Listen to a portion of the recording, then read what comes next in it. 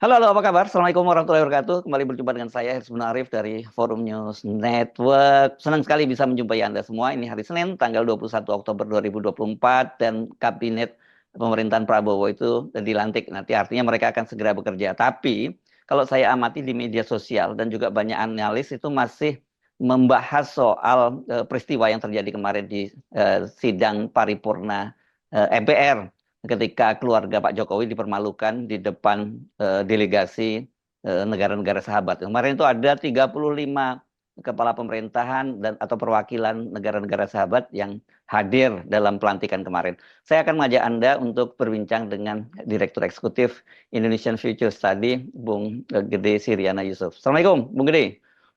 Waalaikumsalam warahmatullahi wabarakatuh, Mas Sesu. Yes, banyak yang terkejut ya, Bung Gede. Ini kan forumnya terbatas ya. Ini anggota-anggota MPR, ini terdiri dari DPD dan DPR ini yang terhormat dan undangan-undangan yang terhormat, termasuk juga mantan presiden dan mantan wakil presiden. Tapi kemarin itu banyak sekali yang terkejut. Kenapa tiba-tiba muncul aksi semacam itu ya, Bung Gede? Ya, saya melihatnya ini memang pelantikan ini bisa dikatakan hilang kesakralannya gitu ya. Mhm, ya. Harusnya kan pelantikan itu dilangsungkan secara sakral, apalagi juga ini kan disaksikan, dihadiri oleh para kepala negara maupun para utusan dari kepala negara yang nggak hadir. Gitu Hmm, ya. Artinya, saya melihat bahwa ini pasti memberikan satu sinyal ya pada dunia yang hmm, menyaksikan bahwa sebenarnya ada persoalan yang belum selesai ya hmm, di dalam politik ya, terutama persoalan legitimasi dari Gibran ya sebagai wapres karena apa namanya ya persoalan etiknya lah di situ hmm, juga ya. hmm, Dan saya kira dunia juga mengikuti perkembangan ini gitu loh. hmm, Artinya di sini kita bisa melihat bahwa juga ada ketidakpuasan ya, ada persoalan yang belum selesai baik dari masyarakat maupun dari anggota-anggota partai yang selama ini mungkin merasa dipaksa hmm. untuk mengusung Gibran gitu. Ya. Nah, jadi persoalan ini walaupun kita kelihatan bahwa Pak Prabowo di situ berusaha memuji-muji eh, kinerja pemerintahan Jokowi selama 10 tahun, tapi tidak apa ya namanya, tidak mampu juga untuk meredam ketidakpuasan dari anggota-anggota DPR, DPD ya untuk apa ya namanya, ya akhirnya memunculkan yang peristiwa mencemooh lah sebenarnya itu ya dengan teriakan gitu ya, dan ini tentunya akan berdampak pada keberlanjutan dari Gibran gitu juga ya, artinya bagaimana nanti publik akan selalu mengingat peristiwa ini dan dalam kesempatan atau peristiwa yang lain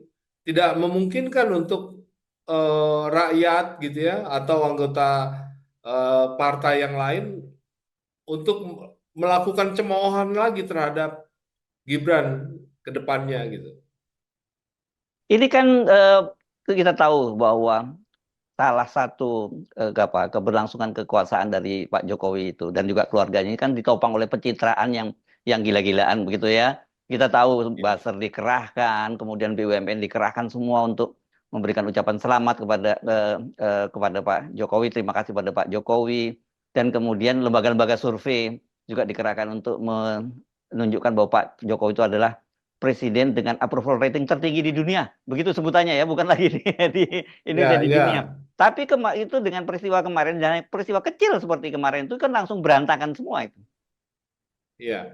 Ya, saya melihat mungkin aja ini ada suatu operasi gitu ya. Suatu operasi yang memang untuk apa menunjukkan ketidaksukaan gitu loh terhadap Jokowi dan keluarganya gitu di akhir periode ini gitu loh. Kan semua orang juga tahu gitu loh bahwa ini ada suatu upaya yang masif dan sistematis ya untuk di akhir kekuasaannya ini Jokowi mendapatkan rating yang sangat bagus gitu ya.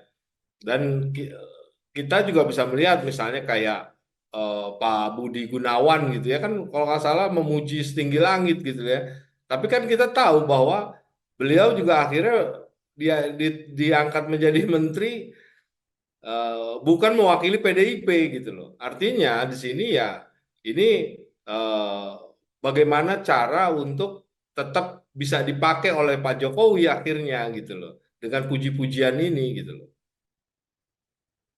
Tetapi kan dengan peristiwa kemarin itu makanya saya sebut usaha bertahun-tahun mengerahkan miliaran anggaran negara itu tiba-tiba dengan satu peristiwa itu semua itu berantakan kan gitu.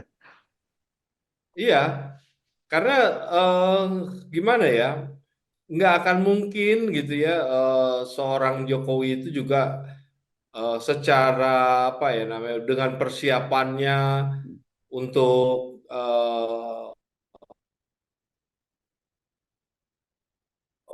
pelantikan ini akan berjalan mulus, ya gitu loh keberanian daripada anggota-anggota MPR ini untuk menunjukkan sikapnya gitu loh. Hmm. Dan ini saya melihat memang ada satu ambigu di situ, Hmm. ya, suatu sikap yang ambigu, baik itu dari Pak Prabowo maupun anggota DPR. Mhm. Ya, Pak Prabowo misalnya ya, di satu sisi memuji-muji ya Ya. Hmm. dalam pidato pertamanya memuji Jokowi, tapi Hmm.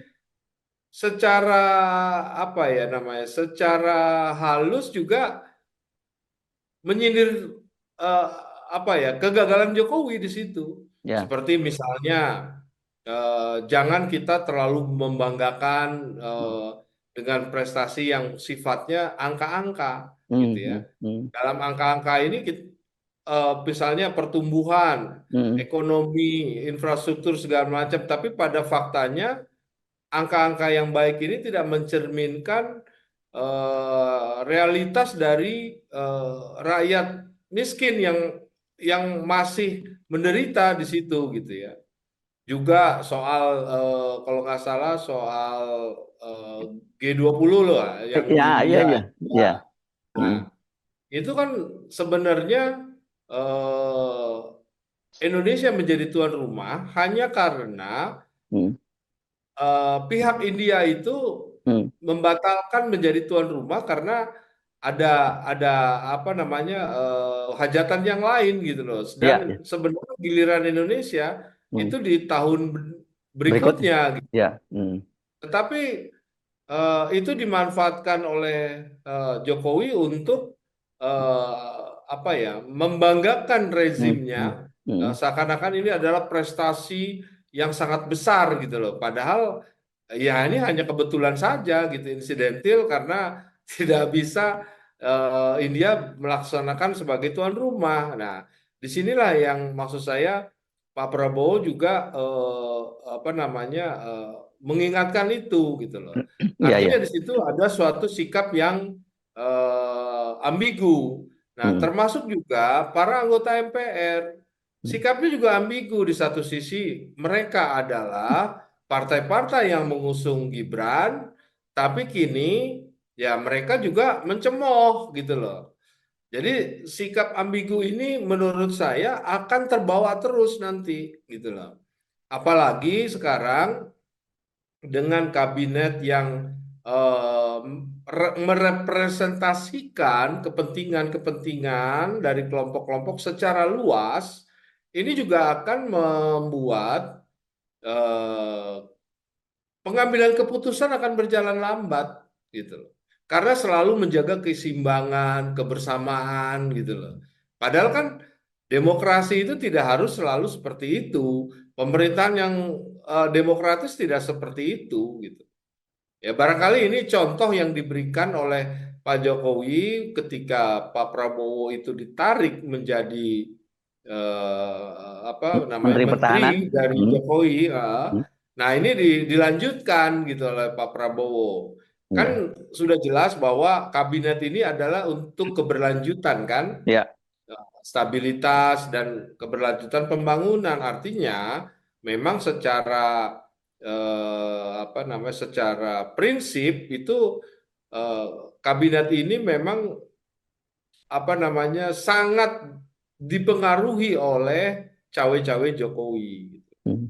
Oke, ini menarik yang Anda sampaikan tadi. Anda tadi sempat menyebut, Anda menduga ini ada operasi, ya. Kedua, tapi Anda juga melihat sikap yang ambigu juga dari bahkan bukan hanya anggota partai-partai pendukung pemerintahan, tapi juga dari sisi Pak Prabowo. Anda betul tadi, ya, karena soal Ya, KTT G20 itu memang dikapitalisasi dan diklaim oleh Pak Jokowi sebagai puncak diplomasi global Indonesia gitu. Dan kemarin ya, itu langsung patahkan begitu saja oleh Pak Prabowo dengan pidatonya menyatakan jangan bangga menjadi anggota G20 negara-negara dengan ekonomi terbesar kalau rakyatnya masih miskin segala macam gitu ya. Dan ini ya, ya ini saya kira kalau memang kabinet ada operasi, artinya kan kita bisa menduga-duga bahwa sebenarnya orang seperti Pak Prabowo juga tahu akan ada semacam ini gitu. Tapi dia kan tidak mau bersifat konfrontatif terhadap Pak Prabowo, Pak Jokowi dan kemudian dia membiarkan saja terjadi peristiwa semacam itu gitu. Kalau enggak kan mestinya saya menduga harusnya seperti itu kemarin ketua-ketua partai koalisi pemerintah pasti segera dipanggil konsolidasi. Jangan sampai peristiwa serupa terulang lagi, begitu mempermalukan Indonesia di depan Pak Jokowi dan Indonesia di depan publik gitu. ya, ya.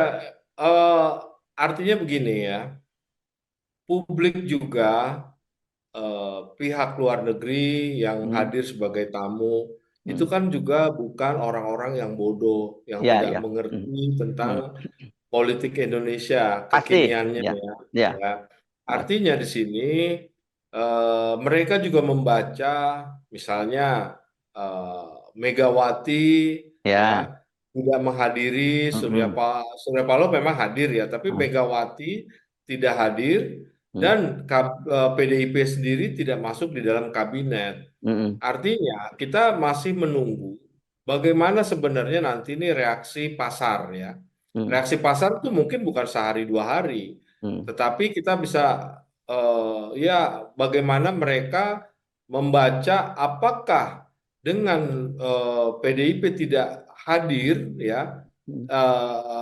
tidak masuk dalam kabinet ini akan apa nih bertentangan dengan cita-cita Pak Prabowo dalam persoalan Ya, stabilitas ya, gitu loh. merangkul, merangkul semua kepentingan. Ya, Ya. ya, karena seperti yang saya kalau nggak salah minggu lalu dengan Mas Hersu juga kan saya sudah sampaikan ya bahwa eh, Megawati itu ya yang sudah dijadwalkan bertemu dengan Prabowo tapi diganggu terus dengan Pak Jokowi gitu loh, Hmm. Hmm. dengan jadwal dipanggil ke Solo Hmm. ya, sehingga akhirnya batal gitu. Jadi kentara sekali bahwa memang eh, ada satu dendam politik yang sampai hari ini menurut saya masih tajam, yaitu antara Megawati dan Jokowi. Nah, Hmm. inilah yang akan menjadi suatu dilema bagi Pak Prabowo. Di satu sisi dia ingin merangkul semua, termasuk PDIP, tapi di satu sisi juga dia nggak bisa lepas dari pengaruh Jokowi. Hmm. Nah, Ya. ini yang menurut saya lebih kepada bagaimana nanti kinerja dari kabinet ini. Dan jangan lupa, kabinet ini adalah kabinet yang terbesar dalam sejarah Indonesia ya. Hmm. Hmm. Kabinet yang menterinya itu ya mungkin dalam 10 tahun terakhir atau 20 tahun terakhir ini udah yang paling besar. Tetapi ini terjadi di saat ekonomi kita lagi babak Ya, belur. ya, ya. Nah, Ya. maksud saya ini juga yang menurut saya Pak Prabowo apa namanya di awal pemerintahannya bahkan saat dilantik aja dengan kabinet itu sudah menunjukkan suatu dilema di situ. Hmm. Ya, ya, ya, ya. Suatu apa ambigu, sorry bukan Ya, dilema, ambigu. Jadi ya, ya. ekonomi lagi susah, Hmm. dia pengen cita-citanya muluk-muluk ya, Hmm. berantas korupsi, mensejahterakan rakyat dan lain-lain, tapi di satu sisi kabinetnya akan Hmm. nyedot banyak Betul. APBN. Iya, iya. Nah, Ini, makanya saya ngeliat dari awalnya semuanya ambigu gitu loh. iya. Kalau Kesimpulan saya. ya kalau Anda tadi sebut, saya kira terbesar karena kalau yang sebelumnya itu kabinet 100 menteri ya, itu di eranya Pak Bung Karno. Soekarno ya, itu kabinet Dwi Kora kan ya, Dwi Kora 2 Ya, ya, waktu itu ya, reshuffle Bung setelah Karno peristiwa 2. 65. Pada waktu itu 100 disebutnya seperti itu. Saya nggak tahu persisnya jumlahnya seberapa. Kalau sekarang ini jumlahnya lebih dari 100. Iya, dengan wamen-wamennya ya. Iya, kalau dulu Menteri Muda Iya, namanya. Kalau zamannya iya, Menteri Muda. ya Iya, zamannya Bung Karno itu Menteri Muda. Kalau sekarang dengan Wamen. Saya terkejut iya. misalnya melihat postur kabinet ini. Bahkan seorang Menko itu sampai ada yang punya Wamenko sampai 2. Ini kan kita tahu bahwa Menko itu apa? Itu adalah menteri tanpa portofolio kan. Sebenarnya tidak perlu soal teknis. Kenapa sampai ada Ya, Wamennya lebih dari 1 misalnya? ya, ini kan menunjukkan bahwa sebenarnya wamen ini diada-adain. Ya, bukan hanya wamen loh. Ada juga yang Menko yang sebenarnya nggak perlu, tapi apa itu pemberdayaan manusia gitu loh. Menko kan bingung itu nanti overlapping atau dengan kementerian yang lain kan di situ gitu loh. Nah, di sini kelihatan bahwa bagaimana posisi-posisi itu diciptakan semata-mata saya lihatnya hanya untuk me, apa ya namanya ya mengakomodir dari berbagai kelompok yang dianggap berjasa ya terhadap Pak Prabowo, tapi juga di situ merupakan satu bentuk tidak apa ya tidak efisien di dalam kerja kabinet nantinya gitu. Bahkan misalnya ada menteri apa ya, transmigrasi diadain lagi kan. Saya juga bingung gitu loh. Ini buat apa menteri transmigrasi gitu loh. Walaupun ya di posisi-posisi kunci seperti Kementerian Keuangan, terus ini masih ya artinya orang yang qualified lah, masih udah teruji ya. Tetapi yang lain-lain kan kita belum tahu ini gitu loh. Yang apa ya namanya, apakah ini bisa menjalankan secara proper ya tugas-tugas atau tupoksinya. Dan yang paling penting saya melihat bahwa eh, kelompok-kelompok ini gimana ya? Sebenarnya kan banyak yang bermasalah gitu Mas Hmm, Ersu. hmm, hmm. Nah, di satu sisi katakanlah Pak Prabowo ingin apa namanya memberantas korupsi ya. Ya. Itu saya paling paling yang paling saya tunggu-tunggu dari pidato Pak Prabowo tadi itu soal Hmm, korupsi. hmm. Tetapi eh, di satu sisi justru banyak dari orang-orang mereka Ya, ini yang bermasalah gitu ya, loh. ya, ya, ya, ya, ya. Bagaimana dia mau memberantas korupsi Hmm. kalau orang-orangnya justru yang jadi sumber masalah di situ gitu loh. Ya, ya. Itu yang Ya, ya kita sering sebut sapu kotor nggak mungkin bisa membersihkan lantai yang kotor ya. Itu selalu seperti itu ya analoginya iya kan. gitu. Nah, makanya apalagi Pak Prabowo kan bilang ikan busuk dimulai dari kepala gitu loh. Iya. Nah, ini Nah, kalau kepalanya busuk kepala semua kepalanya, iya, justru di kepalanya yang ini bermasalah gitu loh. busuk berjamaah begitu Semu- ya. Nah, itu yang menurut saya ini kenapa saya bilang ini udah ambigu gitu loh. Ya, ya, oke. Jadi apa ya? Ya kita tahulah misalnya bukan hanya soal korupsi tapi soal etika moral ya. Hmm, hmm, Misalnya ada salah satu menteri itu misalnya apa Bahlil gitu kan hmm. ini sedang rame gitu loh. Ya. Ya Soal ini disertasinya ya maksud Anda ya, ya soal disertasi. disertasinya, soal plagiat, soal macam-macam lah. Artinya yang eh, UI ya sebagai alma maternya itu katanya nih, tapi berani apa enggak untuk menyelidiki gitu loh, memproses ini gitu. Ya kalau memang berani dan terbukti kan harusnya dicabut gitu Ya, ya. gelar doktornya gitu. Nah ini yang menurut saya eh, belum apa-apa, kabinet ini mulai dari pelantikan saja sudah isinya itu soal ambigu aja. Ya, oke. Nah, kalau tadi kembali lagi ke soal apa teriakan WHO kemarin yang terjadi di sidang MPR kemarin ya, ini kan tentu saja akan dampaknya akan panjang ya, karena ini menunjukkan Hmm. itu satu legitimasi ya, satu legitimasi, kedua soal moral yang ada, dan itu artinya kalau selama ini pun kita tahu bahwa Pak Jokowi dalam berbagai kegiatannya ketika masih menjadi presiden pun juga sudah mulai diteriaki dengan ada yang menghina oleh rakyat juga, panggilan Mulyono dan sebagainya. Dan ini Ya. dipastikan saya kira apalagi Gibran nanti sudah tidak ada perlindungan bapaknya akan seperti apa gitu, penerimaan publik terhadap Gibran dan bagaimana dampaknya terhadap kabinet ini gitu. Ya, saya melihat bahwa ini akan terus menjadi beban politik yang harus ditanggung oleh Pak Prabowo ya ke Hmm, depannya. Apakah Pak Prabowo sanggup untuk terus seperti ini ya? Ya, misalnya bayangkan aja persoalan Fufu Fafanya juga kan belum selesai. Nah, kalau misalnya dilakukan boykot lah, boykot pasang foto hmm, misalnya. hmm. Apakah Pak Prabowo akan nangkepin orang-orang yang Ya. nggak mau pasang foto wapres di situ gitu? Udah dimulai di media sosial Apalagi, ya sekarang ya, media iya, sosial udah mulai ya. apalagi itu dilakukan Hmm, katakanlah oleh kelompok-kelompok akademisi hmm, hmm, gitu. Karena saya berapa kali juga ketemu dosen-dosen yang sebenarnya dia bilang nggak ikhlas juga saya pasang foto Fufu Fafa nih di ruangan kelas, padahal saya ngajarin moral. hmm, Tapi kok yang saya pasang nih orang yang tidak bermoral gitu loh. hmm, hmm. Nah, ini bisa katanya sih bisa kualat nih sama Ki Hajar Dewantara gitu loh. Iya, iya. Bayangin aja kalau misalnya itu dilakukan oleh anak-anak SMP ya, Hmm, selalu mencemooh hmm, hmm, di kelas gitu hmm, loh. hmm, Dan itu hmm. ditiru nanti Dan akan divideokan, iya diupload di media divideokan, sosial gitu ya. diupload dan semua orang pasti akan ikut. Ah, bikin juga deh, bikin juga Hmm, gitu loh. Kayak iya. gini aja anak-anak kecil yang apa namanya nunggu nunggu bus tolelot tuh Hmm, di hmm, pinggir jalan itu kan hmm, gara-gara satu hmm, anak gitu hmm, ya. hmm. Akhirnya mereka ikut-ikutan tungguin bus lewat. Nah ini juga akan terjadi seperti itu gitu. Iya.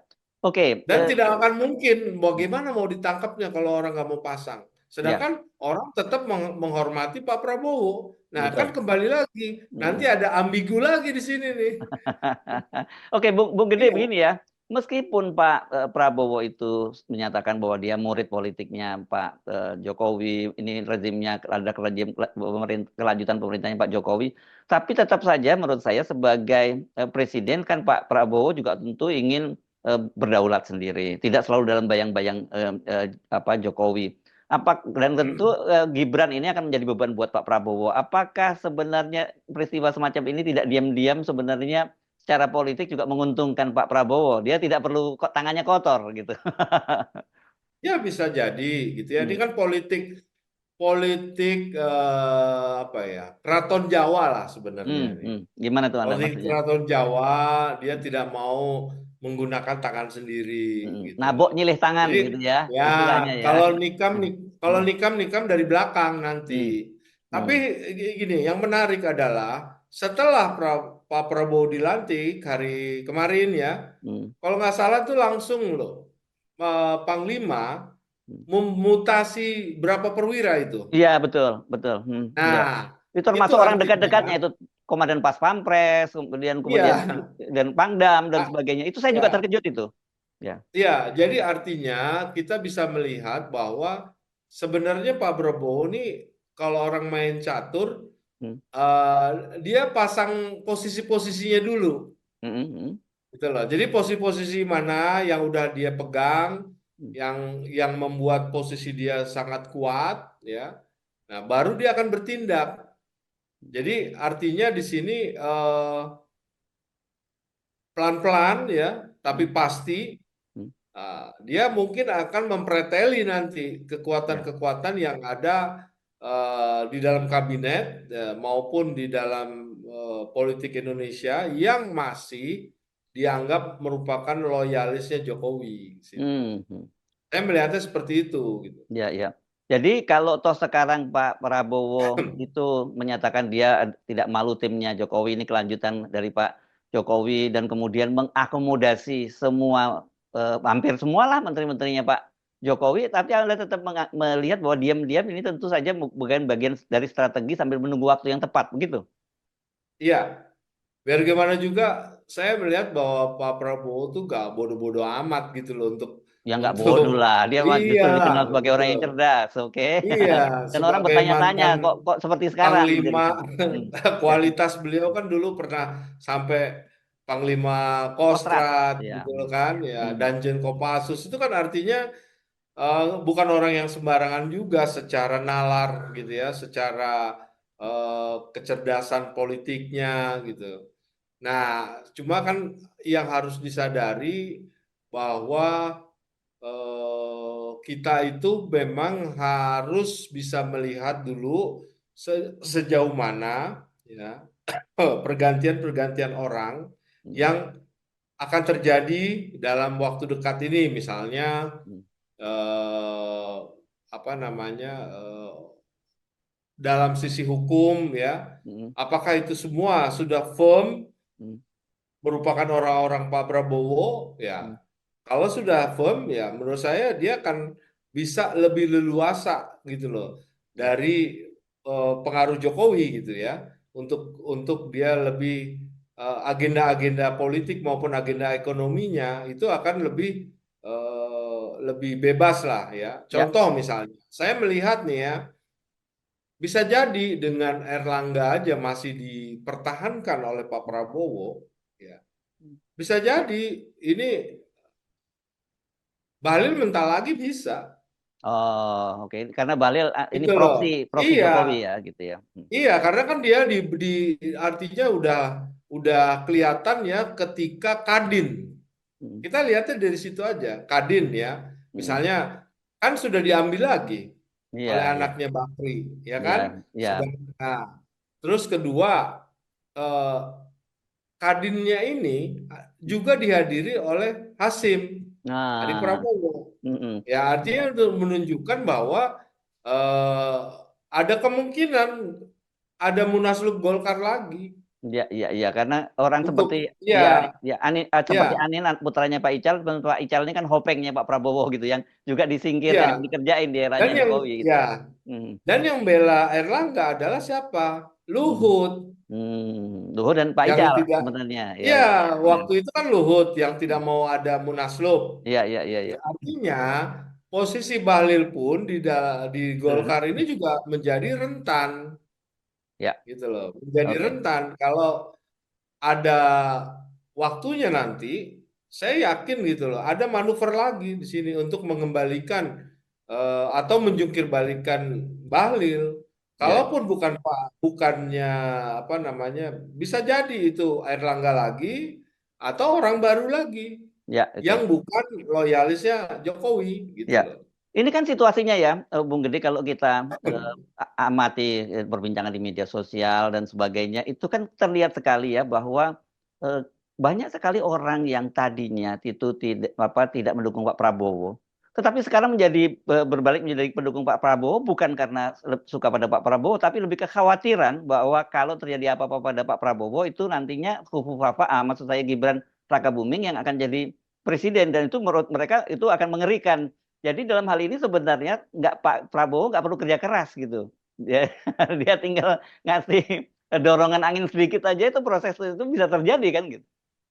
Ya, gini, persoalan bahwa eh, Pak Prabowo itu tidak dapat menjalankan tugas, ya, Hmm. sebabnya kan macam-macam ya, Hmm, hmm, karena hmm. sakit, eh, Berhalangan tetap, mengundurkan diri, ya meninggal dunia, tetap. ya. Itu artinya memang segala kemungkinan itu ada, Hmm, ya. Ini kembali lagi pada politik Keraton Jawa, hmm, ya. Jadi hmm, politik Keraton Jawa itu bukan berarti orang Jawa yang ini sebagai suatu apa ya kultur gitu loh. ya, ya. Ya. Jadi mau orang mana, orang apa non Jawa pun Hmm, karena ini sudah cukup lama politik keraton ini hmm, eksis ya hmm, dan diadopsi oleh semua suku-suku akhirnya ya sejak hmm, zaman Soeharto lah gitu. hmm, Nah, yang menarik kita kalau mau baca adalah eh, ketika Nasdem itu tidak mau. Tidak masuk kabinet ya. Ya, ya Yang dengan masuk kabinet. mm, Artinya ini kan juga apakah Surya Paloh tahu mm, bahwa koalisi yang sekarang ini, koalisi mm, kabinet ini, nggak mm. akan lama umurnya. Yes. Ya, Nah, artinya di sini saya ngelihat Nasdem itu nunggu di tikungan. ya, ya. Dan Nah, jangan jadi dia jangan nunggu di lupa juga tikungan. Bung Gede. PKS itu juga memasukkan nama bukan bukan bukan para pejabat tingginya, bukan Ya, ketua. hanya di endorse. Ya di endorse yang itu dan ya mungkin dia Ya, simpatisan atau kader gitu yang tapi dia ya, jelas tidak masuk dalam struktur kepengurusan PKS. Itu kan juga perlu kita perhatikan mengapa semacam itu gitu. iya. Jadi artinya ini kan ada tiga partai yang Ya. menurut saya Hmm. bisa punya potensi sebagai oposisi, Mhm. ya. Mhm. Nasdem, PDIP dan PKS, Mhm. gitu. Ya. Nah, artinya di sini kalau saya melihat secara apa ya namanya, secara spesifik lagi Mhm. bahwa kabinet baru ini dalam apa namanya pertempuran 2029 sebenarnya. Yes. Oke. Gitu. Jadi artinya di sini di dalam 2009 ini jangan lupa Mhm. itu nanti bisa ada Gibran lagi, Mhm. ada AHY, Mhm. ya. Kemudian PDIP-nya juga ada di situ. Ya. Nah, jadi dalam pertarungan 2029 ini yang akan mempengaruhi jalannya kabinet ini. Oke. Ya. Gitu loh. Paling nanti efektifnya paling setahun 2 tahun, udah Ya. gitu udah pada ribut. Oke. Artinya ini dalam kabinet Pak Prabowo sekarang ini dalam pertarungan 2029 ya. Di situ ada bukan hanya ada Gibran nantinya, Mhm. tapi juga ada AHY Mhm. dan ada mungkin dari ada Puan juga gitu loh. Ya. Dan Nasdem juga ada putra mahkotanya juga Prananda gitu. Mhm. Karena saya melihat bahwa 2029 itu sudah alih generasi. Mhm. Ya paling Pak Prabowo aja sebagai incumbent. Ya. Mhm. Lainnya nanti akan semua capres-capres muda, saya Ya, Sersu. ya oke. Tapi Anda itu berasumsi bahwa kabinet ini, kabinet Prabowo, terutama Gibran ini akan berjalan sampai 5 tahun. Apakah Anda tidak justru lihat situasi semacam ini bisa saja terjadi potensi bahwa tidak akan berlanjut sampai 5 tahun dalam pengertian ini posisi Gibrannya begitu? Ya, justru kalau pertarungan itu kan begini, secara normatif benar, nunggu 5 tahun. Mm-mm. Ya, tapi kalau misalnya ada yang nggak siap, wah kalau saya nunggu 5 tahun ini bakal kalah nih, ya saya duluin aja gitu loh. Hmm. Artinya kemungkinan-kemungkinan itu akan terjadi gitu loh, bahwa Ya, ini akan stop di pertengahan jalan. ya. Ketika ada melihat ada peluang, ya sekarang aja saya ini gitu. Hmm. Ya. Dan bisa jadi saya membacanya justru Hmm. ketika nanti ada pertarungan di dalam ya, ketika katakanlah PDIP di luar kabinet, eh, bisa jadi eh, Pak Prabowo ini justru nanti akan punya koalisi dengan SBY malah untuk melawan Hmm. Jokowi. Hmm. Saya Hmm. melihatnya seperti itu gitu loh. Hmm. Ya, ya, ya, ya. Eh, Iya, karena biar gimana juga AHY ini adalah lulusan Tartus juga gitu loh. Ya, ya, Iya, ya. artinya di Hmm. sini Hmm. ya lebih baik dia berkoalisi dengan SBY lah untuk Ya. naikin AHY daripada Pak Prabowo ngasih jalan buat Gibran. Iya, iya, iya. Karena Pak SBY dan Pak Prabowo ini sebenarnya juga teman satu angkatan ya di Iya, Akmil ya. iya, Akmil 73 iya, sebenarnya. Iya, iya. iya. Ya. Tapi kan masalahnya coba aja Hmm. sekarang aja di Tarnus yang lulusan Tarnus, alumni Tarnus berapa orang kan banyak. Ada setidaknya yang menteri aja yang kita lihat itu ada berapa? 3 atau 4 ya menteri. Belum wamen-wamennya ya. Iya, Hmm. jadi saya ngelihat ini nanti akan menjadi suatu generasi bahwa ini artinya harapan ya, artinya Hmm. saya membayangkan Pak Prabowo mengharapkan Tarus-Tarus inilah nanti yang akan naik Ya, untuk memimpin negeri ini gitu loh. ya. Oke. Makanya artinya gini, ketika dia merasa udah nggak aman dengan Jokowi gitu ya, dia lelah juga, ya dia pasti akan mencari koalisi yang Hmm. lebih rasional gitu loh. Ya. Bisa Oke. ya dengan ini gitu, dengan Yes. SBY. Baik. Oke, baik, Bung Gede Siriana Yusuf dari Indonesian Future Study. Sampai ketemu lagi. Assalamualaikum warahmatullahi wabarakatuh. Waalaikumsalam warahmatullahi wabarakatuh.